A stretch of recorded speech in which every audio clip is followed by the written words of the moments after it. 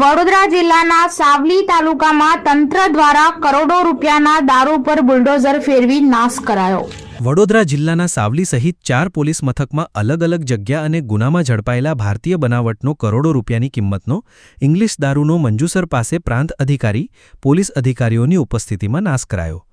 જિલ્લાના સાવલી ડેસર ભાદરવા મંજુસર 4 પોલીસ મથકના વિસ્તારમાં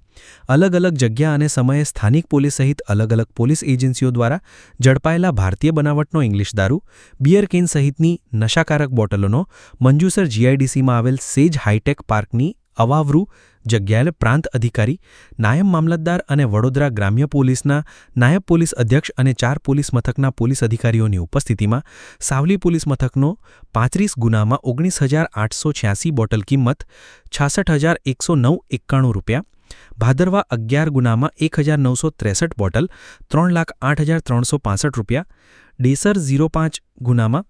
8,338 બોટલ કિંમત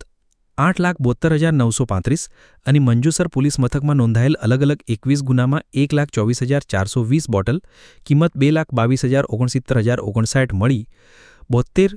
પ્રોહિબિશનના કેસમાં ઝડપાયેલ કુલ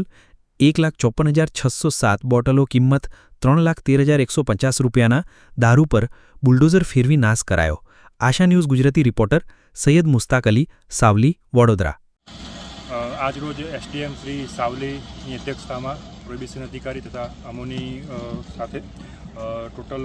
4 પોલીસ સ્ટેશન સાવલી, ભાદરવા, ડેસર અને મંજુસર એના ટોટલ 72 ગુનાના કામે જે પ્રોહિબિશનનો જે મુદ્દામાલ છે એમાં ટોટલ 1,54,607 બોટલો છે, જેની કુલ કિંમત 3,01,31,850